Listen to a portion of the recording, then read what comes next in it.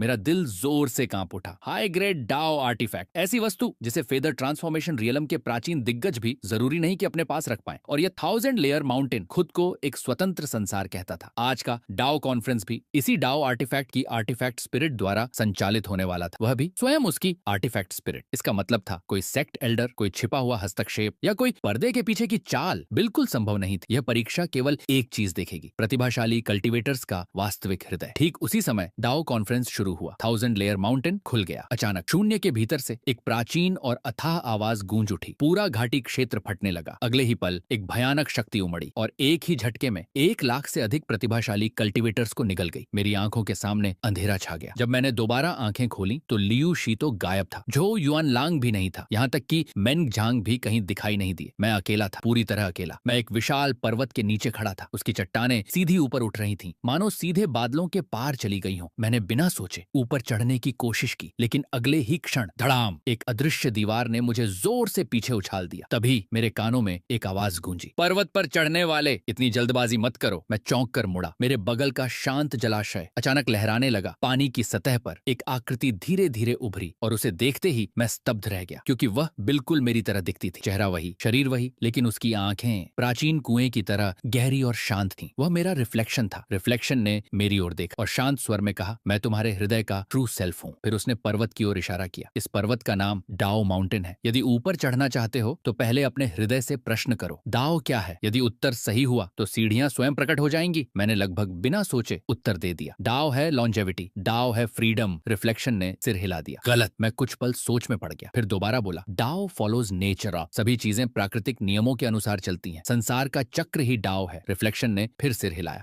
गलत। अब मैं सचमुच परेशान हो गया। मैं 9 जीवन जी चुका था। मेरे अनुभव अथाह गहराई वाले थे। मैंने तुरंत एक के बाद एक उत्तर देने शुरू कर दिए। डाओ नियम है, डाओ संसार का मूल सिद्धांत है, सभी मार्ग डाओ की ओर जाते हैं, डाओ स्पिरिचुअल स्टोन्स है, डाओ शक्ति है, डाओ अस्तित्व है। मैंने अपने पिछले जीवनों के सिद्धांत तक निकाल दिए, लेकिन रिफ्लेक्शन के चेहरे पर कोई बदलाव नहीं आया। वह बस शांत खड़ा रहा और हर बार सिर हिला देता। उसी समय 1000 लेयर माउंटेन के भीतर अद्भुत दृश्य लगातार घटित हो रहे थे। दूसरी ओर लिन वैनर सफेद वस्त्र पहने खड़ी थी। वह अपने रिफ्लेक्शन को देख रही थी और बिना किसी झिझक के बोली, मेरा डाओ मेरी तलवार से जन्म लेता है, तलवार ही मेरा डाओ है और तलवार ही मेरा जीवन है। अगले ही पल धड़ाम, पूरी दुनिया कांप उठी। मेरे सामने खड़ा पर्वत अचानक बीच से फट गया। अगले ही पल एक बर्फ जैसी सफेद विशाल तलवार धरती को चीरते हुए आसमान तक उठ गई। भव्य आर्टिफैक्ट स्पिरिट की आवाज पूरे हेवन एंड अर्थ में गूंज उठी, लिन वैनर स्वॉर्ड डाओ स्टेयरवे 9999 स्टेप। पूरा मैदान एक पल के लिए स्तब्ध रह गया, पूर्ण सन्नाटा। लेकिन यह तो बस शुरुआत थी। जल्द ही दूसरी अल्टीमेट डाओ माउंटेन प्रकट हुई। जो चेंगफेंग पर्वत के सामने खड़ा था, उसके चेहरे पर पागलपन भरी मुस्कान थी। दाओ जेड है और मेरा जेड ही डाओ है। धरती फट गई। एक विशाल गुलाबी फ्लैश कर्टन आकाश को ढकते हुए बाहर निकला। उसकी उपस्थिति से लोगों के रोंगटे खड़े हो गए। आर्टिफैक्ट स्पिरिट की आवाज फिर गूंजी, जो Chenfeng heavenly present demon Dao 9999 steps. फिर तीसरी डाओ माउंटेन प्रकट हुई। मेंग झांग शांत खड़े थे। उनकी आंखों में कोई लालच नहीं था। उन्होंने धीरे से कहा, मैंने 10,000 पुस्तकें पढ़ी हैं। मैं लॉन्जेविटी नहीं चाहता, मैं केवल इतना चाहता हूँ कि संसार के पीड़ित लोग मुस्कुरा सकें। मेरा डाओ राइचसनेस है। क्षण भर में अनगिनत पुस्तकों का महासागर प्रकट हुआ। वे एक दूसरे पर चढ़ती गईं और एक स्वर्णिम पर्वत बन गया। प्रकाश इतना तीव्र था कि आंखें खुली रखना कठिन हो गया। Meng Zhang great righteousness Dao 9999 step. बाहरी दुनिया अब पूरी तरह उबल चुकी थी। हर कोई इन चमत्कारी डाओ माउंटेन्स को देखकर स्तब्ध था। तभी किसी ने डिवाइन ट्रांसमिशन के माध्यम से कहा, पिछले डाओ कॉन्फ्रेंस में भी एक पेयरलेस मॉन्स्टर आया था। उसने सिर्फ एक वाक्य कहा था, दाओ मानव संसार की आग और धुएं में है, दाओ यनमेंग पास की संध्या रसोई के धुएं में है। और उसी वाक्य के बल पर उसने सीमा तोड़ दी थी और 10,000 स्टेप डाओ माउंटेन बना डाली थी। यह सुनते ही मेरा दिल जोर से कांप उठा, क्योंकि वह मेरा 4th लाइफ वाला छोटा भाई था। लेकिन अभी भावुक होने का समय नहीं था। समय तेजी से बीत रहा था। एक एक करके विभिन्न प्रतिभाशाली कल्टीवेटर्स अपनी डाओ माउंटेन्स प्रकट कर रहे थे। चू त्यांगसी 5000 स्टेप्स, लियोगुई 4000 स्टेप्स, यहाँ तक कि जो युनलंग भी 900 स्टेप्स तक पहुंच गया था। लेकिन मैं अब भी पर्वत के नीचे खड़ा था और लगातार पानी में अपने रिफ्लेक्शन को घूर रहा था। तीसरा दिन समाप्त होने ही वाला था। तभी धड़ाम, पूरी 1000 लेयर माउंटेन बुरी तरह कांप उठी। धरती फट गई और गहराइयों से बाबा एक विशाल एज्योर एम्परर थ्रोन ऊपर उठी। ये चिंगचिंग उस थ्रोन पर बैठी थी। उसकी आंखें दुनिया को ऊपर से देख रही थीं। उसने शांत स्वर में कहा, मेरा दाव पियरलेस होना है। मैं ऊंचाई पर खड़ी हूं ताकि बाद में में आने वाले लोग अपना रास्ता न खो दें। अगले ही पल आर्टिफैक्ट स्पिरिट की घोषणा गूंज उठी। ये चिंग चिंग, किंग्स डोमिनेटिंग दाओ, 10,000 step, limit broken, above all living beings. उसकी दाओ माउंटेन क्षण भर में बाकी सभी को पीछे छोड़ गई। उसके सामने बाकी प्रतिभाएं फीकी पड़ गईं। लेकिन अजीब बात, उस अभूतपूर्व अंतर को देखकर मैं निराश नहीं हुआ, बल्कि पहले से अधिक शांत हो गया। रिफ्लेक्शन ने मेरी ओर देखा। क्या तुम निराश हो? तुम्हारे 9 जन्मों का विशाल अनुभव तुम्हारे लिए बोझ बन गया है। उसी ने तुम्हें एकमात्र दाव खोजने से रोका है। मैं मुस्कुराया। नहीं, मैं धीरे धीरे खड़ा हो गया। मैंने 9 जन्म जिए हैं। मैं मॉर्टल भी रहा हूँ, डेमन कल्टीवेटर भी, मैं हीरो भी बना हूँ और धूल से भी बदतर जीवन भी जिया है। मेरी राह बहुत जटिल है, बहुत अव्यवस्थित और बहुत भरी हुई। रिफ्लेक्शन की आंखें मुझ पर टिकी थीं। तो फिर तुम्हारा दाव क्या है? मैं अचानक आगे बढ़ा। धड़ाम! मैंने पानी में मौजूद सभी तथाकथित सिद्धांतों को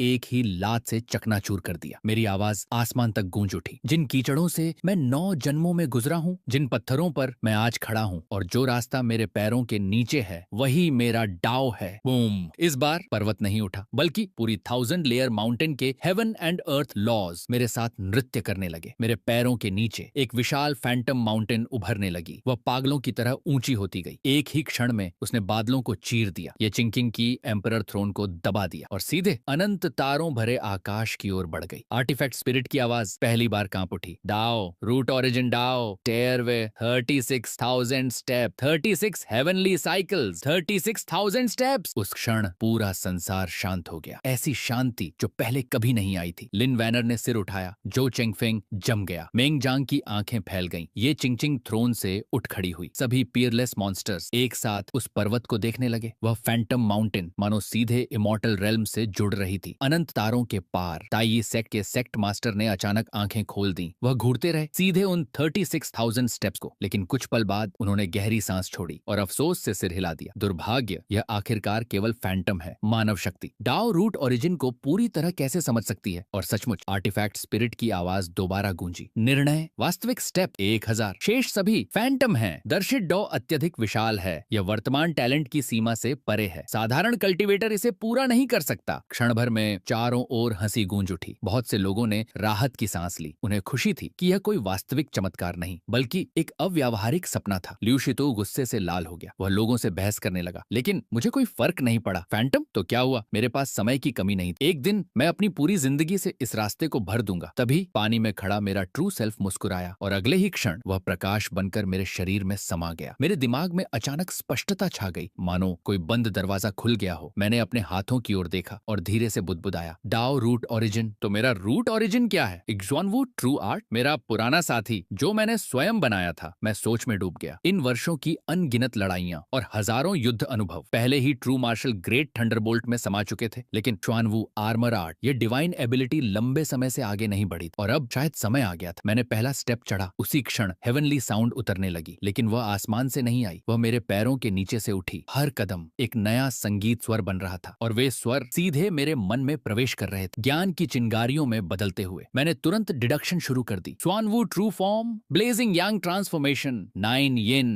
डीमन स्क्रिप्चर और दूसरी कई डिवाइन एबिलिटीज मेरे मन के भीतर पागलों की तरह टकराने लगी, एक दूसरे में घुलती हुई, एक दूसरे को बदलती हुई। धीरे धीरे एक बिल्कुल नई डिवाइन एबिलिटी जन्म ले रही थी। मैं बहुत धीरे चल रहा था। हर एक स्टेप पर मेरी समझ और गहरी होती जा रही थी। हर कदम के साथ एक नया इंसाइट प्राप्त होता था। 500वें स्टेप पर नई डिवाइन एबिलिटी का प्रारंभिक रूप बन चुका था। 800वें स्टेप पर वह स्मॉल सक्सेस रेल्म में प्रवेश कर गई और जब मैं 1000वें स्टेप तक पहुंचा, मैं स्थिर होकर रुक गया। ठीक 1000वें स्टेप पर उसी क्षण हेवनली साउंड अचानक रुक गई। पूरा संसार शांत हो गया। डाओ कॉन्फ्रेंस समाप्त हो चुका था। मैंने हल्की सांस छोड़ी। मन में थोड़ा अफसोस था, क्योंकि मेरी टॉप टियर डिवाइन एबिलिटी अभी आधी ही पूर्ण हुई थी, लेकिन अब मुझे अपना कॉम्प्रिहेंशन रोकना पड़ा। दूसरी ओर बाकी प्रतिभाशाली कल्टीवेटर्स भी जाने की तैयारी करने लगे। हर किसी के मन में कुछ न कुछ अधूरापन था। तभी एक आवाज अचानक गूंज उठी, वानर, मेरी स्त्री बन जाओ, मेरी डाओ कंपेनियन बनो। पूरा मैदान एकदम शांत हो गया। सबकी निगाहें एक साथ उसी दिशा में मुड़ गईं। जो चेंगफेंग स्वर्णिम लोटस पर खड़ा था। उसके वस्त्र हवा में लहरा रहे थे। चेहरे पर मोहक मुस्कान थी, लेकिन उस मुस्कान के भीतर एक अजीब सा जुनून छिपा था। उसने धीरे से कहा, अपनी सच्चाई साबित करने के लिए मैं हेवनली प्रिजन प्रिंसेस से भी सहायता मांग सकता हूँ। उसे कहूंगा कि वह सुप्रीम चिंगयांग सेक्ट में विवाह प्रस्ताव लेकर जाए। उसकी आंखें चमक उठी। तुम और मैं दोनों पीयरलेस जीनियसेस हैं। हम दोनों के पीछे दो महान शक्तियां खड़ी हैं, एक डीमन डाओ, एक ऑर्थोडॉक्स डाओ। यदि हम साथ आ जाएं, तो ये पूरा संसार हमारी मुट्ठी में होगा। लिन वन वानर धीरे से मुड़ी। उसकी आंखें 10,000 वर्षों की बर्फ जैसी ठंडी थीं। उसने शांत स्वर में कहा, उस समय की घटना एक गलतफहमी थी। क्षण भर के लिए झो चेनफेंग की मुस्कान जम गई। गलतफहमी? वह हंसा, लेकिन उसकी आंखों में बेचैनी झलक रही थी। मैंने तुम्हारी जान बचाई थी। वह वैसा नहीं था जैसा तुम सोच रही हो। लिन वानर ने उसकी ओर देखा। चेहरे पर कोई भाव नहीं था। नहीं, तुम गलत समझ रहे हो। वह कुछ क्षण रुकी, फिर बोली, मैंने तुम्हें बचाया था क्योंकि मैंने तुम्हें किसी और समझ लिया था। पूरा मैदान स्तब्ध रह गया। लिन वानर की आवाज अब भी शांत थी। मैंने तुम्हें हेवनली प्रिजन से निकाला सिर्फ इसलिए क्योंकि मैंने पहचानने में गलती की थी। इसके अलावा उसमें कोई विशेष अर्थ नहीं था। झो चेनफेंग ने धीरे धीरे सिर हिलाया। मैं विश्वास नहीं करता। उसकी आवाज पहले से भारी हो गई थी, लेकिन लिन वानर का चेहरा बिल्कुल नहीं बदला। तुम विश्वास करो या न करो, उससे मेरा कोई संबंध नहीं। इतना कहकर वह मुड़ी और जाने लगी, लेकिन झो चेनफेंग ने रास्ता नहीं छोड़ा। उसकी आंखों में पागलपन और गहरा हो गया। अचानक उसने एक कदम आगे बढ़ा। श्रिंकिंग अर्थ इनटू इंचेस। दूरी पल भर में मिट गई। अगले ही क्षण वह सीधे लिन वानर की डाउ माउंटेन के सामने खड़ा था। उसकी निगाहें लिन वानर पर जमी थीं और उसकी आवाज पूरे क्षेत्र में गूंज उठी। तुमने मुझे बचाया था तो हमारे बीच कार्मा बन चुका है, और यह कार्मा तुम चाहकर भी नहीं काट सकती। वह दोनों बाहें फैलाकर खड़ा हो गया। उसकी आंखों में लगभग पागलपन उतर चुका था। जब मैं हेवनली साउंड सुन रहा था तब मुझे अचानक एहसास हुआ। उसकी आवाज धीरे धीरे भारी होने लगी, मानो मैं फिर से उस अंधकारमय हेवनली प्रिजन में लौट गया हूँ जहाँ कभी सूरज की रोशनी नहीं पहुंचती थी। उसकी निगाहें सीधे लिन वानर पर टिक गईं, और तभी तुम प्रकाश की एक किरण बनकर प्रकट हुई थी। तुमने मेरे अंधकार को चीर दिया था। उसी क्षण से तुम मेरी अल्टीमेट जेड बन गई। उसके चेहरे पर विकृत मुस्कान फैल गई। मेरा डाव है जेड, और केवल तुम्हें प्राप्त करके ही मैं अपने डाव को पूर्ण कर सकता हूँ। उसकी आवाज अचानक कठोर हो गई। आज तुम्हें मेरा होना ही होगा। लिन वानर की भौहें सिकुड़ गईं। उसका हाथ धीरे से सोर्ड हिल्ट पर जा टिका। रास्ते से हट जाओ। उसकी आवाज बर्फ जैसी ठंडी थी। नहीं हटूंगा। लेकिन तभी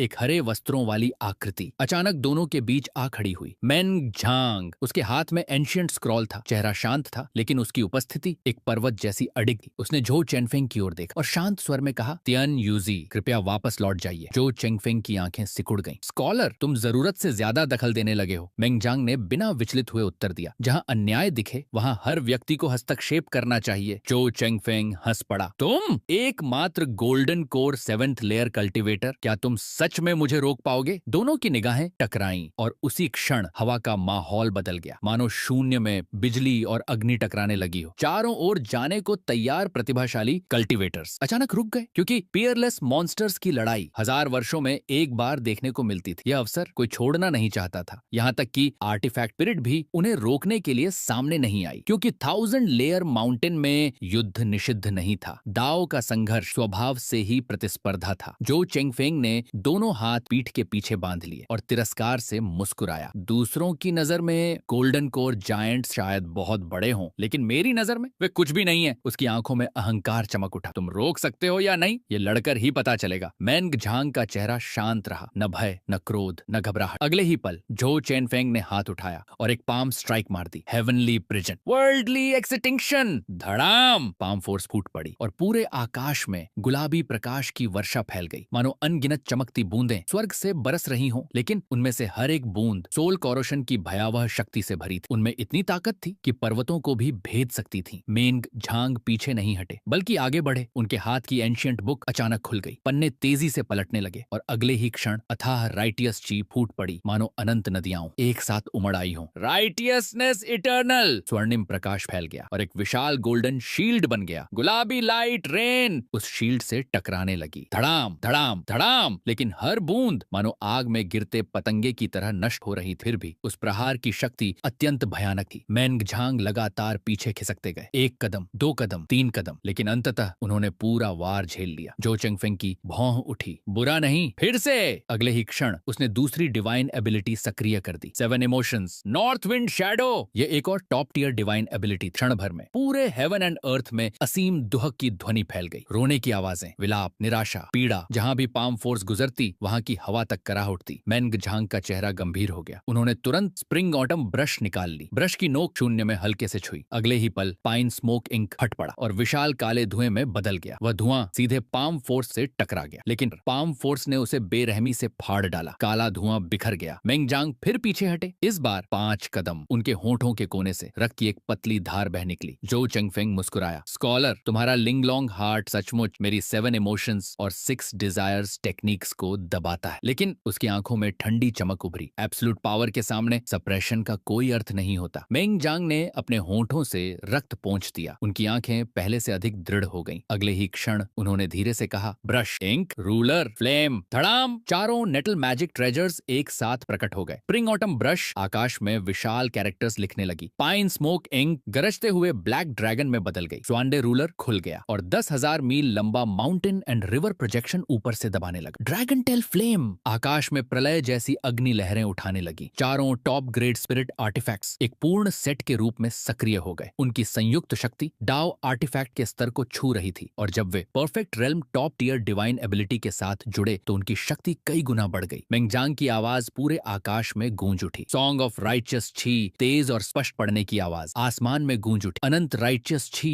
लहरों की तरह उमड़ पड़ी और सीधे जो चेंगफेंग पर टूट पड़ी। यह ऐसा घातक प्रहार था जो सामान्य टोंगमिंग 8th लेयर कल्टीवेटर को एक ही वार में मिटा सकता था। लेकिन जो चेंगफेंग के चेहरे पर कोई बदलाव नहीं आया। उसने बस धीरे से अपना दायां हाथ उठाया। अगले ही पल 6 डिजायर्स डिवाइन फॉर्म प्रकट हो गया। धड़ाम! गुलाबी प्रकाश सीधे आकाश तक फट पड़ा। Desire, anger, darkness, attachment, obsession, corruption, 6 विशाल डीमन शैडोज उसके पीछे प्रकट हुए और भयानक गर्जना करने लगे। उनसे निकलती ऑरा इतनी विकृत थी कि बहुत दूर खड़ा मैं भी अपने दिल में एक अनजानी इच्छा महसूस करने लगा, मानो मेरे 7 इमोशंस और 6 डिजायर्स का एक अंश जबरदस्ती खींच लिया गया हो और उस डीमन बॉडी में समा गया हो। वह डिवाइन फॉर्म सीधे सभी जीवों की इच्छाओं को निगल रहा और उन्हें अपनी शक्ति बना रहा। यह दृश्य देखकर चारों ओर खड़े कल्टीवेटर्स के चेहरे बदल गए। हर कोई स्तब्ध। यह डिवाइन फॉर्म बहुत ही भयानक है। 6 डिजायर्स की शक्ति से सशक्त होकर जो चेंगफेंग ने एक साधारण सा मुक्का मारा। न कोई टेक्निक, न कोई चकाचौंध, सिर्फ एब्सोल्यूट पावर। धड़ाम! चारों नेटल मैजिक ट्रेजर्स सीधे हवा में उछल गए। मेंगजांग का शरीर कांप उठा, मानो बिजली ने उसे आघात पहुंचाया हो। वह लगातार पीछे खिसका, दर्जनों मीटर तक। अंत में एक घुटने पर गिर पड़ा। पुफ! उसके मुंह से खून फूट पड़ा। रेल्म गैप और टॉप टियर डिवाइन फॉर्म की क्रशिंग पावर दोनों मिलकर उसे दबा रहे थे। वह रोक नहीं सकता था। जो चेंगफेंग ने हाथ पीछे बांध लिए और ठंडी हंसी हंसा। स्कॉलर, जब तुम डिवाइन फॉर्म रेल्म में पहुंच जाओ तब फिर मेरे सामने आना। लेकिन मेंगजांग फिर भी पीछे नहीं हटा। उसने अपने होंठों से रक्त पोंछा और अगले ही क्षण उसके सिर के ऊपर एक चमकदार गोल्डन कोर प्रकट हुआ। पूरा क्षेत्र सुनहरी रोशनी से भर गया। गोल्डन कोर पर 9 हेवन एंड अर्थ पैटर्न्स अंकित थे। हाईएस्ट ग्रेड, परफेक्ट ग्रेड और उससे भी अधिक भयावह बात, उस गोल्डन कोर पर 49 टॉप टियर डिवाइन एबिलिटीज की छाप मौजूद थी। 49! सिर्फ यह संख्या सुनकर ही लोगों की सांसें रुक गईं। जैसे ही गोल्डन कोर पूरी तरह प्रकट हुआ, 1000 लेयर माउंटेन के भीतर की स्पिरिचुअल एनर्जी पागलों की तरह उसकी ओर खींचने लगी। क्षण भर में आसपास का स्पिरिचुअल छी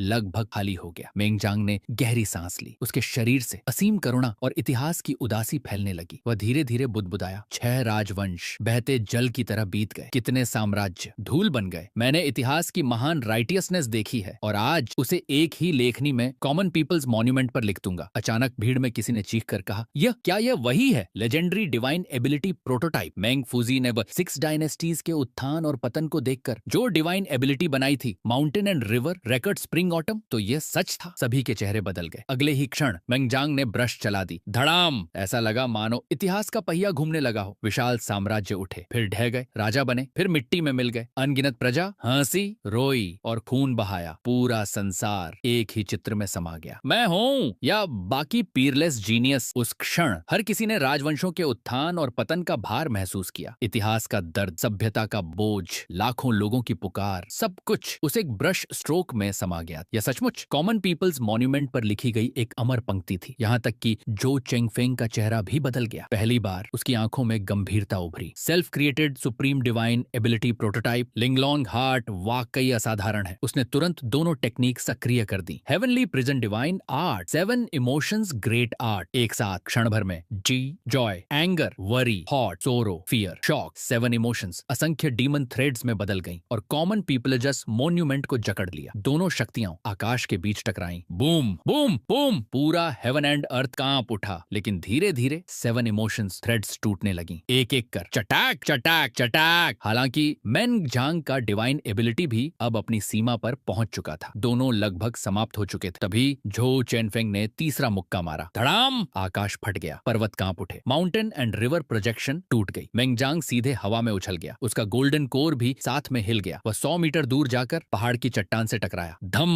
पत्थर टूट गए, धूल उड़ गई और मेंगजांग पूरी तरह युद्ध करने की क्षमता खो बैठा। झो चेनफेंग ने धीरे से अपना हाथ नीचे किया। हालांकि उसकी पीठ के पीछे छिपा हाथ हल्का कांप रहा था। स्पष्ट था यह जीत भी आसान नहीं थी, लेकिन वह कुछ कह पाता। उससे पहले एक पीली सुनहरी सोर्ड लाइट लाइट पूरे हेवन एंड अर्थ को रोशन कर गई। लिन वानर ने आखिरकार स्वॉर्ड निकाल ली थी। सुप्रीम चिंगयांग स्वॉर्ड बॉडी, प्योर यांग स्वॉर्ड इंटेंट, सबसे कठोर, सबसे प्रचंड। वह लड़ना नहीं चाहती थी, लेकिन अब उसके पास कोई विकल्प नहीं बचा था। उसने एक ही स्वॉर्ड स्ट्राइक मारी और आकाश जल उठा, शून्य जलने लगा। पूरा अंतरिक्ष उस तलवार के सामने कांप गया। पहली बार जो चेंगफेंग पीछे हटा। 1 कदम, 2 कदम, 3 कदम, उसके 6 डिजायर्स गोल्डन बॉडी पर एक गहरी स्वॉर्ड स्कार उभर आई। रक्त टपकने लगा, लेकिन उसकी आंखों में डर नहीं था, न ही क्रोध, बल्कि एक विकृत उत्साह था, एक पागल खुशी। वह हंस पड़ा। अच्छा, बहुत अच्छा, यही तो है। उसकी आंखें दीवानगी से चमक उठी। वाकई तुम वही स्त्री हो जिसे मैंने चुना है। तुम जितनी शक्तिशाली बनोगी, मैं तुम्हें उतना ही अधिक पाना चाहूंगा। और उसी क्षण लिन वानर का चेहरा पूरी तरह ठंडा पड़ गया। जो चेंगफेंग पूरी तरह पागल हो चुका था। 7 इमोशंस, डीमन थ्रेड्स आसमान में उन्मत्त होकर नाचने लगी। एक तरफ वे उसके गोल्डन बॉडी की मरम्मत कर रही थीं, दूसरी तरफ वे विशाल हेवनली नेट बनकर फैल रही थीं और सीधे लिन वैनर की ओर बढ़ रही। उसका इरादा साफ था। वो अकेले 2 पीयरलेस मॉन्स्टर्स को दबाना चाहता था। मेंग झांग और लिन वैनर दोनों को एक साथ। दूर खड़ा मैं चुपचाप अपनी मुट्ठियां भींचे हुए था। नाखून हथेलियों में धंस चुके थे, लेकिन कुछ क्षण बाद मैंने धीरे धीरे हाथ ढीले कर दिए। फासला बहुत बड़ा था, बहुत ज्यादा बड़ा। वर्तमान में इस युद्ध भूमि पर चढ़ने के योग्य भी नहीं था, लेकिन इससे क्या फर्क पड़ता है? अगर 9 जीवन काफी नहीं है तो मैं 10 जीवन लगाऊंगा। अगर 10 कम पड़े तो 100 जीवन। एक दिन अवश्य आएगा जब मेरी 36,000 स्टेप ग्रेट दाओ पूर्णता प्राप्त करेगी, और उस दिन सभी इविल डीमंस मेरे पैरों तले दबे होंगे। क्षण भर की निराशा के बाद मेरा डाओ हार्ट फिर से शांत हो गया। अडिग, अविचल, पर्वत से भी अधिक दृढ़। उधर युद्ध नियंत्रण से बाहर होने ही वाला, तभी आकाश से एक हरी रोशनी उतरी। वह किसी उल्का पिंड की तरह नहीं आई, न ही किसी विनाशकारी शक्ति के साथ, बल्कि एक गिरते पत्ते की तरह धीरे धीरे शांतिपूर्वक वह रोशनी हल्के से झो चेनफेंग की डीमन ऑरा को छू गई, फिर लिन वैनर की स्वॉर्ड लाइट को, और अगले ही क्षण सन्नाटा, पूर्ण सन्नाटा, मानो पूरे संसार के नियम रुक गए हों। सभी टेक्निक एक साथ नष्ट हो गई, सभी डिवाइन एबिलिटीज एक साथ शांत हो गई। मेंग झांग, लिन वैनर, जो चेनफेंग तीनों वहीं स्थिर रह गए, जैसे समय ने उन्हें जकड़ लिया। कोई हिल भी नहीं सका। पूरा मैदान स्तब्ध रह गया। सबने एक साथ सिर उठाया और आकाश की ओर देखा। वहां सुप्रीम थ्रोन पर ये चिंग चिंग अब भी बैठी हुई थी, एक हाथ से अपना चेहरा टिकाए हुए। वह उठी तक नहीं थी। यह सब उसने बैठे बैठे किया था। उसकी आंखों में कोई भावना नहीं थी। और फिर उसकी आवाज पूरे हेवन एंड अर्थ में गूंज उठी। मेरे सामने लड़ना थोड़ा अनुचित नहीं है? उसकी आवाज बहुत हल्की थी, लेकिन उसके भीतर ऐसा दबाव था जिसका विरोध करना असंभव। जो चेंगफेंग की पुतलियां सिकुड़ गईं। उसने तुरंत अपनी डीमन पैलेस टेक्निक वापस खींच ली। एज योर एम्परर, क्या तुम उन्हें बचाना चाहती हो? ये चिंगचिंग ने उसकी ओर देखा और सपाट स्वर में बोली, मैं किसी को नहीं बचा रही। उसकी निगाह ठंडी थी। मुझे बस ये पसंद नहीं कि तुम लोग मेरे सामने शोर मचा रहे हो। फिर उसने आदेश दिया, अभी यहीं युद्ध बंद करो और वापस लौट जाओ। कुछ पल का विराम। फिर उसने पूरे संसार से पूछा, कौन सहमत है और कौन विरोध करता है? अहंकार, पूर्ण अहंकार, परंतु उसे सहारा देने वाली शक्ति भी उतनी ही पूर्ण थी। यही था सच्चा किंग्स डोमिनेटिंग डो।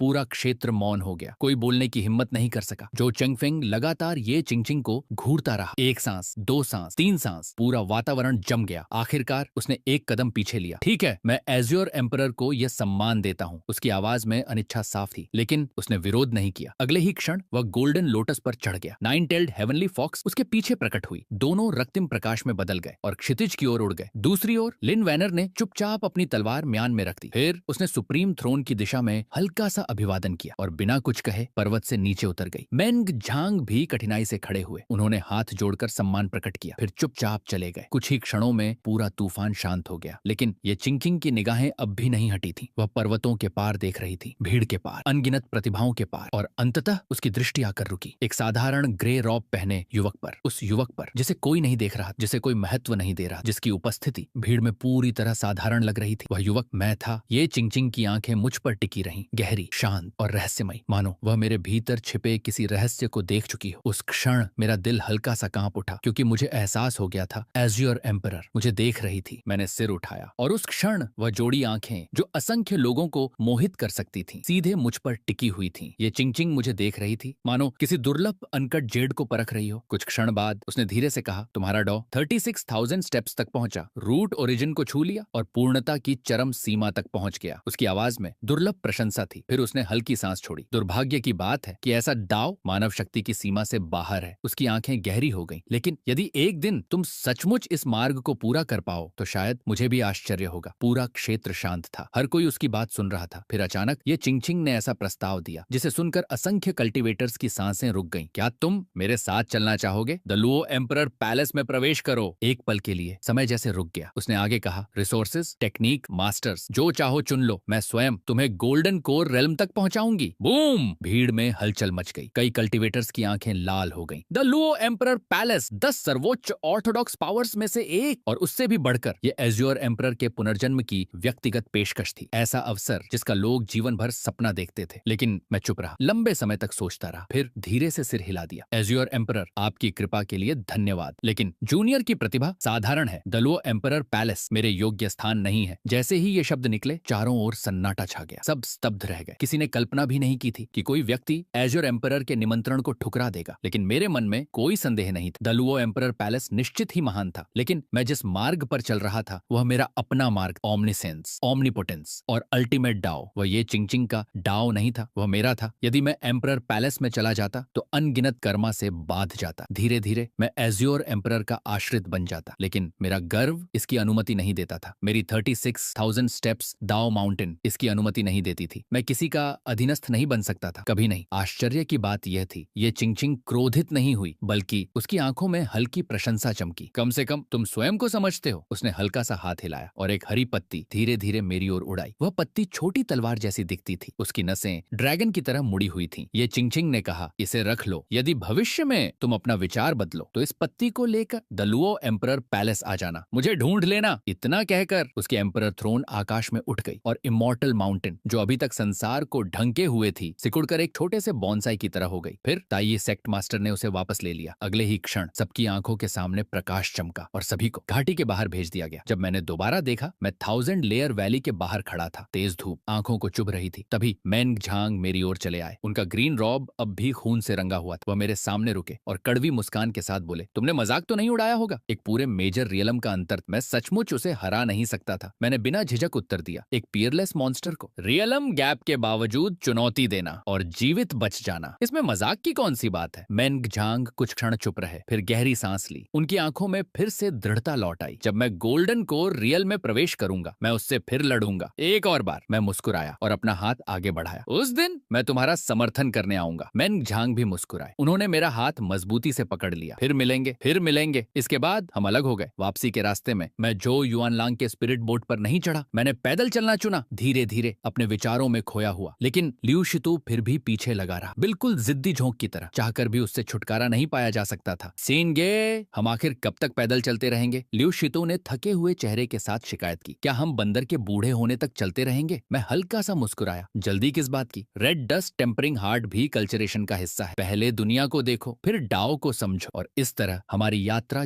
जारी रही। एक दिन, 2 दिन, फिर 1 महीना, फिर कई महीने। इस दौरान हमने अनगिनत डीमंस का संहार किया, असंख्य इवल स्पिरिट्स को खत्म किया, बाढ़ रोकने में मदद की, आपदाग्रस्त लोगों को बचाया। जहां भी हम गए वहां के लोग हमें इमॉर्टल मास्टर समझने लगे। एक दिन हम एक मॉर्टल किंगडम पहुंचे। मैंने रास्ते में एक बूढ़े किसान को रोका। बाबा, ये कौन सी जगह है? बूढ़ा किसान मुस्कुराया। लगता है दोनों बाहरी लोग हो। ये क्यांग किंगडम है। क्यांग ये और क्यांग वू के युद्ध के बाद जो शरणार्थी बचे थे, उन्होंने मिलकर यह नया राज्य बनाया था। मैं अचानक रुक गया। क्यांग ये, चैंग वू, ये नाम मेरे लिए अजनबी नहीं थे, क्योंकि मेरे पिछले जन्म में जब मैं ग्रेट हेवनली डीमन किंग था, यही दोनों मेरे ब्लड सैक्रिफाइस के मुख्य क्षेत्र थे। बूढ़े किसान ने गहरी सांस छोड़ी। उसकी आंखों में अब भी डर था। उस समय इमॉर्टल्स और डीमंस की लड़ाई में 1 करोड़ नहीं, लेकिन लाखों लोग मारे गए थे। हम जैसे लोग जान बचाकर यहाँ भाग आए, लेकिन यहाँ भी चैन नहीं मिला। वाइल्ड डिमोनिक बीस्ट लगातार हमला करती रहीं। अगर उस समय एक क्रेन राइडिंग यंग इमॉर्टल प्रकट न होता तो आज कैंग किंगडम का अस्तित्व ही नहीं होता। उसने सामने इशारा किया। आगे एक इमॉर्टल टेम्पल है, बहुत चमत्कारी माना जाता है। मेरे दिल में हलचल हुई। मैं तुरंत लियू शीतो को साथ लेकर वहां पहुंचा। मंदिर छोटा था, लेकिन अगरबत्ती का धुआं लगातार उठ रहा था। स्पष्ट था, यहाँ लोगों की आस्था बेहद गहरी थी। मैंने अंदर कदम रखा और जैसे ही मूर्ति देखी, मैं रुक गया। मूर्ति में एक सुंदर युवक था, सफेद क्रैन पर सवार, चेहरे पर शांत मुस्कान। वह कोई और नहीं, चैन पिंगान था। लेकिन असली झटका अभी बाकी था, क्योंकि चैन पिंगान के पैरों के नीचे एक और मूर्ति दबाई गई थी। एक विशाल हेवनली डीमन, ग्रीन लोटस, भयानक दांत, पीठ पर पंख, और वह चेहरा मैं उसे कैसे नहीं पहचानता? वह तो मेरे पिछले जन्म का चेहरा था, ग्रेट हेवनली डीमन किंग का चेहरा, मेरा अपना चेहरा। मैं कुछ देर तक चुप खड़ा रहा, फिर बुदबुदाया, मेरे पिछले जन्म वाला छोटा भाई, मेरे पिछले जन्म वाले मुझे ही पैरों तले दबा रहा है। ये कैसी किस्मत है, ये कैसा अजीब रिश्ता है। तभी मंदिर के प्रबंधक ने मुझे देखा और तुरंत जोश में आ गया। उसने गुस्से से डीमन स्टैच्यू की ओर इशारा किया। यही है वो अत्याचारी डीमन किंग जिसने लाखों लोगों का ब्लड सैक्रिफाइस किया था। अगर उसने एंडलेस नाइट डीमंस को आकर्षित न किया होता तो कैंग किंगडम को इतना कष्ट कभी नहीं झेलना पड़ता। सौभाग्य से मास्टर क्रेन इमॉर्टल ने उसे हमेशा के लिए दबा दिया। उसकी आवाज गुस्से से कांप रही थी और जल्द ही आसपास के लोग भी इकट्ठा हो गए। एक एक कर सबने उस डीमन स्टैचू को कोसना शुरू कर दिया। धिक्कार है, उस दुष्ट को नरक भी नसीब न हो, 1000 बार मरना चाहिए था उसे। लियू शितो यह सब सुनकर जोश में आ गया। वह भागकर मूर्ति के सामने पहुंचा और सीधे डीमन स्टैचू के चेहरे पर थूक दिया। मरना चाहिए था ऐसे डीमन को। उसके साथ आए लाओ जाओ और बाकी लोग भी पीछे नहीं रहे। थू थू थू, एक के बाद एक सबने थूकना शुरू कर दिया। मेरा चेहरा तुरंत काला पड़ गया, इतना काला जितना बर्तन का तला। स्थानीय लोग मुझे गालियां दें तो बात समझ आती है, लेकिन तुम लोग जो मेरा खाते हो, मेरा इस्तेमाल करते हो और मेरे साथ घूमते हो, तुम भी। मैंने धीरे से खांसी की। हाँ हाँ। अचानक लियू शितू और बाकी लोगों की गर्दन में ठंडक दौड़ गई। सभी को एक साथ सिहरन हुई। अजीब है, अचानक ठंड क्यों लग रही है? लियू शीतो ने सिर खुजाया, फिर मेरी ओर देखा। शीनगे, तुम कुछ नहीं बोलोगे? मैंने शांत स्वर में कहा। मरे हुए लोगों से बहस नहीं करता। मेरे होंठ हल्के से फड़क रहे थे, लेकिन किसी ने ध्यान नहीं दिया। मैं धीरे से आगे बढ़ा, 3 अगरबत्तियां जलाईं और उन्हें धूपदान में लगा दिया। फिर मैंने चेन पिंगान की मूर्ति की ओर देखा कुछ देर तक, बिना कुछ कहे। फिर मन ही मन पूछा, इतने साल बीत गए भाई, क्या तुम ठीक हो? अगरबत्ती का धुआं ऊपर उठता रहा, शांत, धीमा, लेकिन कोई उत्तर नहीं आया। उस दिन की शाम हम कैंग किंगडम छोड़ने वाले थे। तभी आसमान अचानक अंधेरा पड़ गया, लेकिन यह बादल नहीं थे, यह असीम डीमन औरा थी जो पूरे आकाश को ढक रही थी। दर्जनों मील दूर भयानक गर्जनाएं गूंज रही थीं। काली धुंध के भीतर लाल चमकती आंखें खुल रही थीं। सैकड़ों नहीं, हजारों नहीं, अनगिनत। वे सब लोभ से इस मॉर्टल सिटी को घूर रही थीं। मैं तुरंत रुक गया, मेरी आंखें ठंडी हो गईं। डेमनिक बीस्ट सीज, प्राचीन काल में जब कल्चरेटर्स और डेमन्स युद्ध करते थे, उसे ह्यूमन डेमन ब्लड वॉर कहा जाता था। और अब इतने दूर दराज क्षेत्र में इतना विशाल बीस्ट नेस्ट जन्म ले चुका था। मैंने बिना झिझक मुड़कर शहर की ओर कदम बढ़ा दिए। सीधे एक इन में पहुंचा। शॉपकीपर, मैंने एक थैली मेज पर रख दी। आज से पूरा इन मेरा है। अगली सुबह युद्ध शुरू हो गया और वह एक नरसंहार जैसा था। अनगिनत डिमोनिक बीस्ट समुद्र की लहरों की तरह टूट पड़ी। उनके साथ सोल डिवाउरिंग ब्लैक मिस्ट भी थी। शहर की दीवारों पर साधारण मॉर्टल वॉरियर्स अपने शरीरों से दरारें भर रहे। हर क्षण लोग मर रहे थे। सिर्फ कुछ लो रैंक रोग कल्टिवेटर्स प्रतिरोध कर रहे थे, लेकिन उनकी शक्ति समुद्र में एक बूंद से अधिक नहीं थी। कुछ ही देर में वे बीस्ट टाइड में डूब गए। निराशा फैलने लगी। किंग के दिल में, सैनिकों के दिल में, जनता के दिल में। सबको समझ आ गया था यह युद्ध नहीं, एक तरफा कत्लेआम था। और तभी जब राज्य विनाश के किनारे पहुंच चुका था, आकाश से अचानक एक भयानक गर्जना गूंजी। धड़ाम, बादल फट गए, आकाश चीर दिया गया और उनके बीच से एक शानदार स्पिरिट शिप प्रकट हुई, सोने और रत्नों से चमकती हुई। वह सीधे शहर की दीवारों के ऊपर आकर रुक गई। पूरा शहर स्तब्ध रह गया। फिर स्पिरिट शिप के अग्रभाग पर एक सफेद वस्त्रधारी युवक दिखाई दिया। उसके वस्त्र हवा में लहरा रहे थे और लियू शितू सीना ताने खड़ा था। उसका डांटियन अब पूरी तरह स्थिर हो चुका था। चेहरे पर ऐसा गर्व था मानो वही मुख्य नायक। अचानक उसने पूरी ताकत से चिल्लाया, गोल्डन कॉल्ड्रन, केव हेवन के होली सन आ चुके हैं। डीमंस, गोस्ट और सारे इविल क्रीचर्स, जल्दी आकर मर जाओ। उसकी आवाज पूरे युद्ध क्षेत्र में गूंज उठी, लेकिन मैंने एक शब्द भी नहीं कहा। मैंने बस धीरे से अपना हाथ उठाया। अगले ही पल perfect realm, top tier divine ability सक्रिय हो गई। Golden sun shines upon 9 heavens. धड़ाम, मेरी हथेली के ऊपर एक सुनहरा सूर्य प्रकट हुआ। वह सूर्य इतना चमकीला था कि लोगों की आंखें खुली नहीं रह पा रही थीं। प्योर यांग गोल्डन लाइट हजारों तलवारों की तरह फूट पड़ी और सीधे ब्लैक मिस्ट को चीरती चली गई। चीख। असंख्य इवल स्पिरिट्स दर्द से चिल्लाने लगीं। उनके शरीर बर्फ की तरह पिघलने लगे। कुछ ही क्षणों में वे पूरी तरह नष्ट हो गईं। दूसरी ओर डिमोनिक बीस्ट की आंखें गोल्डन लाइट से जल गईं। उनकी फॉर्मेशन टूट गई। पूरा बीस्ट टाइड अस्त व्यस्त हो गया। मारो! लियू शितो सबसे आगे कूद पड़ा। उसके पीछे लाओ जाओ और बाकी वफादार साथी थे। कुल मिलाकर एक दर्जन से अधिक टोंगलिंग 4th लेयर कल्चरेटर्स। वे किसी भूखे बाघों की तरह टूट पड़े। Magic artifact, divine abilities, spirit technique, सब कुछ एक साथ बरस पड़ा। धड़ाम धड़ाम धड़ाम, पूरी बीस्ट आर्मी चीर दी गई। जहां वे गुजरे वहां सिर्फ लाशें बचीं। लेकिन तभी ब्लैक मिस्ट की गहराइयों से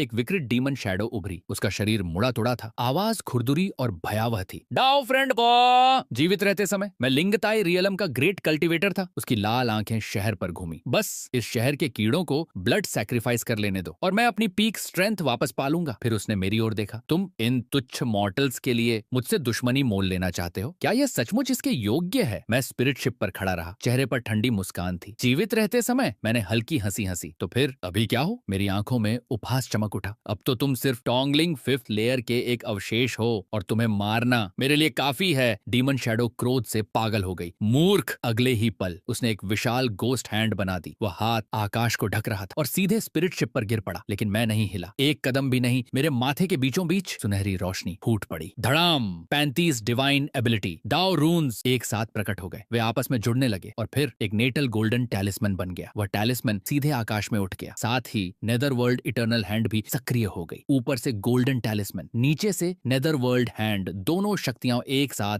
बंद हुई और बूम! विशाल गोस्ट हैंड एक ही क्षण में चूर चूर हो गई। उसका अस्तित्व तक मिट गया। अगले ही पल नेटल गोल्डन टैलिस्मन का दबाव नीचे उतरा। पूरा युद्ध क्षेत्र कांप उठा। ब्लैक मिस्ट के भीतर से डीमन शैडो की भयभीत चीख सुनाई दी। असंभव, यह नेटल गोल्डन टैलिस्मन है। उसकी आवाज कांप रही थी। इस बंजर क्षेत्र में तुम जैसे फाउंडेशन वाला मॉन्स्टर कैसे हो सकता है? लेकिन अब बहुत देर हो चुकी थी। मैंने हाथ नीचे कर दिया और नेटल गोल्डन टैलिस्मन गिर पड़ा। धड़ाम! डीमन शैडो वहीं कुचल दी गई। उसका शरीर फट गया और बदबूदार मांस के ढेर में बदलकर शहर की दीवार पर गिर पड़ा। युद्ध समाप्त हो चुका था। धीरे धीरे बादल छूटने लगे। सूर्य की किरणें फिर से धरती पर उतर आईं। शहर बच चुका था। दीवारों के ऊपर, दीवारों के नीचे लाखों सैनिक और नागरिक एक साथ घुटनों पर बैठ गए। धड़ाम धड़ाम धड़ाम! पूरा शहर झुक गया। कैंग किंगडम का किंग तो रोते रोते जमीन पर सिर पटकने लगा। उसकी आंखों से आंसू बह रहे थे। इमोर्टल मास्टर, आपने हमारी जान बचाई। यह उपकार कांग किंगडम कभी नहीं भूलेगा। वह लगातार दंडवत करता रहा, फिर श्रद्धा से बोला, आप अवश्य मास्टर चीहे द्वारा भेजे गए डिवाइन सेवियर हैं। हमें बचाने के लिए स्वर्ग ने आपको भेजा है। मैंने नीचे देखा। लाखों लोगों के चेहरों पर आशा थी, कृतज्ञता थी और श्रद्धा थी। कुछ क्षण तक मैं उन्हें चुपचाप देखता रहा। फिर मैंने सहजता से कुछ शब्द छोड़ दिए। गोल्डन कॉल्ड्रन, केव हेवन, चेनशिन। बस इतना कहकर मैं स्पिरिट शिप को मोड़कर चला गया। लेकिन कहानी यहीं समाप्त नहीं हुई। बाद में मुझे पता चला कैंग किंगडम के लोगों ने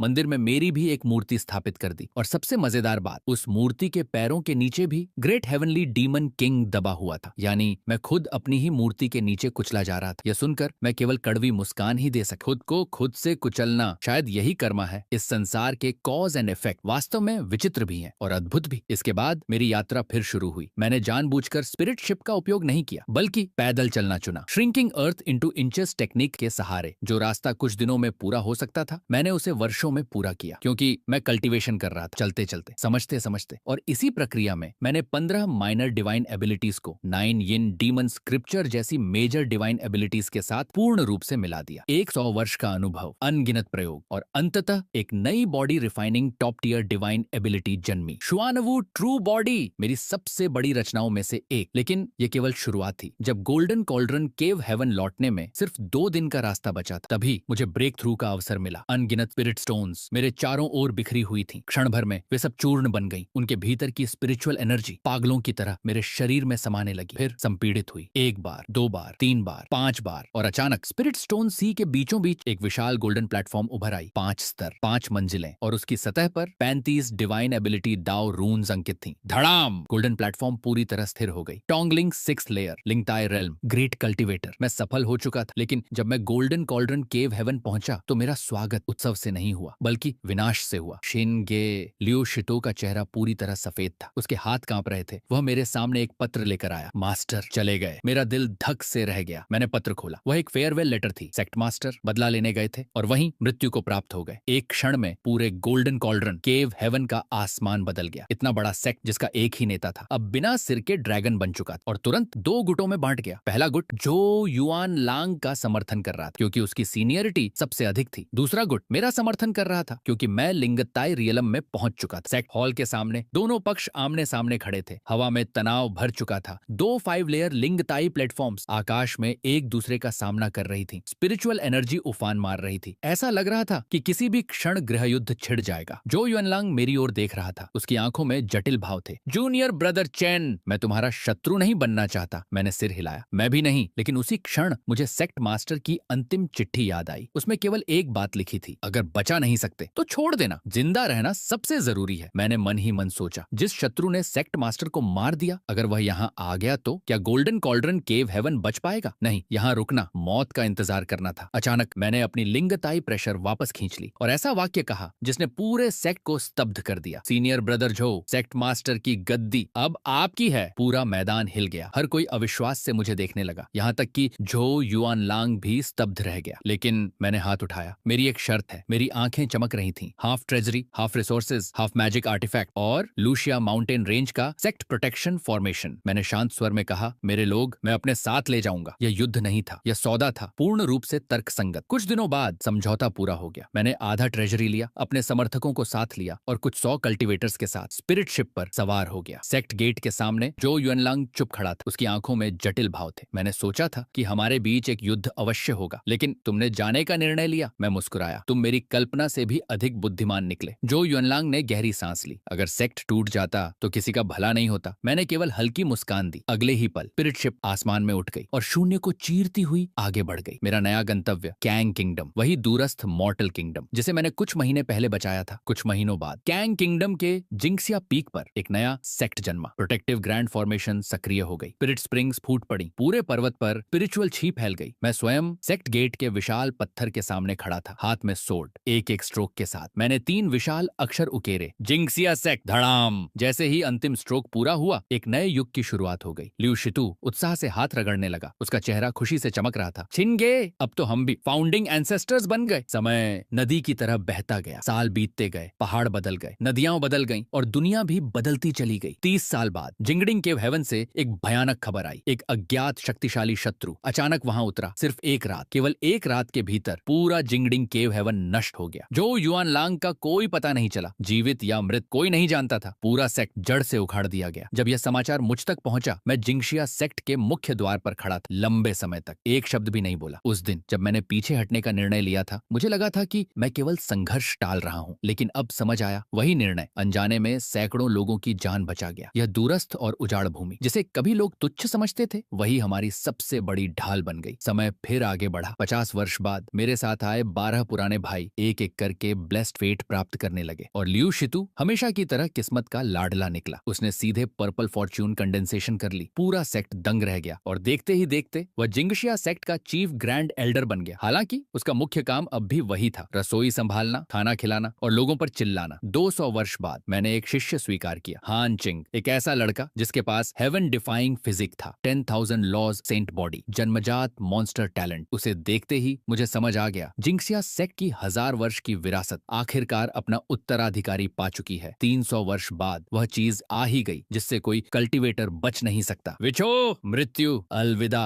मैंने अनगिनत पिल्स इस्तेमाल की, हर संभव उपाय किया, लेकिन मेरे पुराने भाइयों की लाइफ स्पैन समाप्त हो चुकी थी। सबसे पहले लाओ झाओ बिस्तर पर लेट गया। उसके बाल पूरी तरह सफेद हो चुके थे। वह कांपते हुए हाथों से मेरा हाथ पकड़े रहा। आंखों में आंसू थे, लेकिन चेहरे पर मुस्कान। सीनगे, मैं तो कभी एक भूखा रोग कल्टीवेटर था, रोटी तक नसीब नहीं होती थी। उसने हल्का सा हंसते हुए कहा, लेकिन इस जीवन में मैं एल्डर बना, सम्मान पाया, लोगों की मदद की, मेरे लिए इतना काफी है, वसूल हो गया। यह कहते हुए उसकी आंखें धीरे धीरे बंद हो गईं, चेहरे पर मुस्कान बनी रही और फिर वह चला गया। उसके बाद के 10 वर्षों में एक एक करके सभी पुराने भाई चले गए। हर बार मैं उनके बिस्तर के पास बैठता, उनकी अंतिम सांसें सुनता और लगभग हर किसी के मुंह से वो एक ही वाक्य निकलता, वसूल हो गया। फिर मैं उन्हें शांतिपूर्वक विदा करता। कल्टीवेशन का मार्ग आखिरकार अकेलेपन का मार्ग है। तुम आगे बढ़ते जाते हो और पीछे मुड़कर देखते हो तो पाते हो कि सारे परिचित चेहरे धीरे धीरे गायब हो चुके हैं। अंत में सिर्फ लियू शितो बचा। पर्पल फॉर्च्यून के सहारे उसकी लाइफ स्पैन कुछ और बढ़ गई थी। अब उसका शरीर झुक चुका था, पीठ मुड़ गई थी, चेहरे पर झुर्रियां थीं, लेकिन वह अब भी मेरे साथ था और अक्सर छुपकर आंसू पोंछता रहता था। मैं सब समझता था, लेकिन कुछ नहीं कहता था, क्योंकि मैं भी जानता था अब मेरी बारी थी। 500 वर्षों की बड़ी सीमा धीरे धीरे निकट आ रही थी। यदि मैं आगे बढ़ना चाहता था तो मुझे गोल्डन कोर बनाना ही होगा। इसके लिए मुझे अपनी 5 लेयर स्पिरिट प्लेटफॉर्म को पूरी तरह एक बिंदु में समेटना था और एक इटर्नल गोल्डन कोर जन्म देनी थी। तभी मैं हेवन से 800 वर्ष और उधार ले सकता था। लेकिन क्लोज्ड डोर कल्चरेशन से पहले मैं एक जगह गया, एंशिएंट हेवनली डीमन बैटलफील्ड। वही स्थान जहां कभी लाखों हेवनली डीमंस भरे रहते थे, लेकिन आज वहां सन्नाटा था, पूर्ण सन्नाटा, क्योंकि वर्षों से असंख्य low level heavenly demons demon king war chariot द्वारा निगले जा चुके थे। संसाधन भी बार बार लूटे जा चुके थे। अब वहां कुछ बचा ही नहीं था, यहाँ तक कि ट्रायल ग्राउंड बनने योग्य भी नहीं। चारों ओर शांति थी, कोई आवाज नहीं, लेकिन वह केव अब भी मौजूद थी। फॉर्मेशन भी सुरक्षित थी और उसके केंद्र में डीमन किंग वॉर चैरियट चुपचाप खड़ी थी। उसकी सतह पर बने डाउ रनस धीरे धीरे चमक रहे थे। मैं उसके पास पहुंचा और उसकी टाइगर पैटर्न सरफेस पर हाथ फेरा। फिर हल्की मुस्कान आई। अब जागने का समय करीब है। ची स्पिरिट की ऑरा पहले से कई गुना अधिक शक्तिशाली हो चुकी थी, लेकिन वह अब भी गहरी नींद में थी। इसके बाद मैंने वर्षों से इकट्ठा किए गए दुर्लभ खजाने निकाले, abyssal black gold, nether iron crystal, soul testing stone, 9 yin cold copper. एक एक करके मैंने उन्हें वॉर चैरियट में मिला दिया और अंत में मैंने वो पर्पल टैलिस्मैन भी निकाला, वही टैलिस्मैन जो लेयन से प्राप्त हुआ था। जैसे ही पर्पल टैलिस्मैन वॉर चैरियट में में समाई। धड़ाम! पूरा वॉर चैरियट कांप उठा। अंधेरी केव क्षण भर में गोल्डन लाइट से भर गई, लेकिन कुछ ही क्षण बाद सब फिर शांत हो गया। मैंने ध्यान से महसूस किया, वॉर चैरियट के डाओ रन्स धीरे धीरे स्वयं को ठीक कर रहे थे। ची स्पिरिट की ऑरा लगातार बढ़ रही थी। 1000 वर्षों का संचय, लाखों हेवनली डीमंस, असंख्य हेवनली ट्रेजर्स, मिस्टीरियस ईगल ची, सब कुछ एक ही वॉर चैरियट में समा चुका था। यदि यह जाग गई तो उसका जन्म निश्चित ही हेवन एंड अर्थ को हिला देगा। मैंने आखिरी बार उसकी ओर देखा, फिर मुड़ गया, केव से बाहर निकला और एक पाम स्ट्राइक मारी। धड़ाम! पूरा केव एंट्रेंस फिर से सील हो गया, जैसे कुछ हुआ ही ना हो। इसके बाद मैं जिंक्सिया सेक्ट लौट आया, सभी एल्डर्स और डिसाइपल्स को बुलाया और शांत स्वर में घोषणा की, मैं क्लोज्ड डोर कल्चरेशन में प्रवेश कर रहा हूँ। पूरे सेक्ट में एक अजीब सी खामोशी फैल गई, क्योंकि सभी जानते थे ये केवल कल्टीवेशन नहीं थी, ये गोल्डन कोर के लिए अंतिम प्रयास था। लियू शितु मुझे स्वयं कल्टीवेशन चेंबर के दरवाजे तक छोड़ने आया। उसकी बूढ़ी आंखों में असीम चिंता थी और गहरा लगाव। वह मेरा हाथ पकड़कर खड़ा रहा काफी देर तक, जैसे छोड़ना ही नहीं चाहता हो। आखिरकार उसने धीमी आवाज में कहा, छिनगे, तुम्हें वापस आना होगा। मैं मुस्कुराया और सिर हिला दिया, लेकिन लियू शीतो ने मेरी बात सुने बिना फिर कहना शुरू किया, अगर तुम बाहर नहीं आए तो जिंगशिया सेक्ट का क्या होगा, तो कांग किंगडम के लोगों का क्या होगा। उसकी आवाज भर्रा गई। फिर उसने खुद की ओर इशारा किया, और मेरा क्या होगा। कुछ क्षणों के लिए मैं चुप हो गया, फिर धीरे से मुस्कुराया, मैं बाहर आऊंगा, जरूर आऊंगा। यह सुनकर लियू शीतो ने धीरे धीरे मेरा हाथ छोड़ दिया। वह एक कदम पीछे हटा और जबरन मुस्कुराया, ठीक है, तो मैं इंतजार करूंगा। अगले ही पल कल्टीवेशन चेंबर का विशाल पत्थर का द्वार बंद हो गया। धड़ाम! बाहरी दुनिया की सारी आवाजें एक झटके में गायब हो गईं। मैं चुपचाप फुटोन पर बैठ गया, पैर मोड़कर, आंखें बंद करके। मेरे स्पिरिचुअल सी के भीतर 5 लेयर स्पिरिट प्लेटफॉर्म चमक रही थी, सुनहरी, भव्य, अडिग। वह स्टोन सी के मध्य खड़ी थी, जैसे कोई अमर पर्वत, लेकिन अब उसे समाप्त होना था। मैंने कोलैप्स शुरू किया। पहली लेयर धीरे धीरे सिकुड़ने लगी, फिर दूसरी, फिर तीसरी। पूरी स्पिरिट प्लेटफॉर्म लगातार छोटी होती जा रही थी, लेकिन उसके भीतर की शक्ति उतनी ही तीव्रता से संकुचित हो रही थी, माना घनी होती गई और भी घनी। 1 वर्ष बीता, 2 वर्ष बीते, 3 वर्ष बीते, फिर 10 वर्ष, फिर 20। समय शांत नदी की तरह बहता रहा और मैं स्थिर बैठा रहा। 30वें वर्ष अंततः स्पिरिट प्लेटफॉर्म अपनी सीमा तक सिकुड़ चुकी थी। अब वहां सिर्फ एक बिंदु बचा था, एक छोटी सी गोल्डन लाइट, लेकिन उसके भीतर छिपी शक्ति पहले से अनगिनत गुना अधिक थी। वह गोल्डन लाइट लगातार धड़क रही थी, धक धक धक, मानो कोई हृदय धड़क रहा हो, और साथ ही वह किसी सूक्ष्म सूर्य जैसी भी लग रही थी। गोल्डन कोर जन्म लेने वाली थी, बस एक अंतिम कदम, सिर्फ एक अंतिम कदम। और तभी बूम! एक भयावह गर्जना अचानक जिंगशिया सेक्ट के बाहर गूंज उठी। आवाज इतनी भयानक थी कि पूरा पर्वत कांप उठा, धरती हिल गई, पेड़ झुक गए और सभी कल्टीवेटर्स के चेहरे बदल गए। आकाश से एक आवाज गूंजी, चेन, बाहर निकलो और अपनी मौत स्वीकार करो।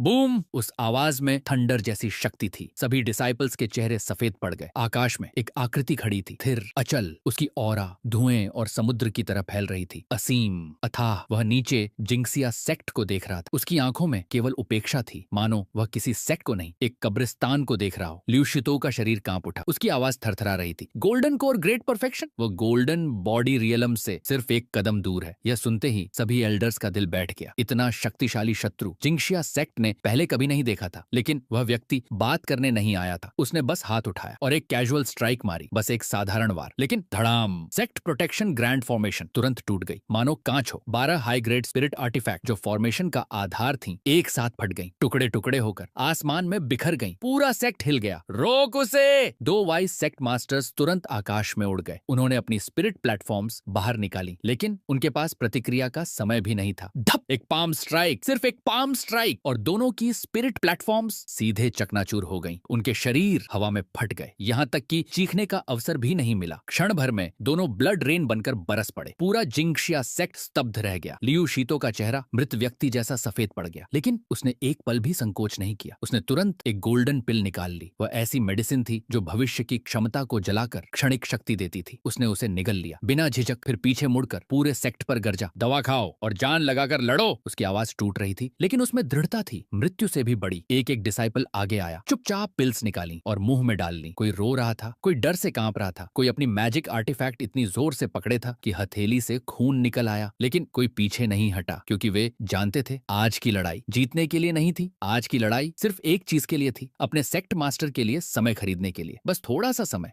अगर आपको इसके बाद की कहानी जाननी है तो 8 के सब्सक्राइबर्स और 3 के लाइक्स पूरे कर दो। टारगेट पूरा होते ही मैं इसका नेक्स्ट पार्ट अपलोड कर दूंगा।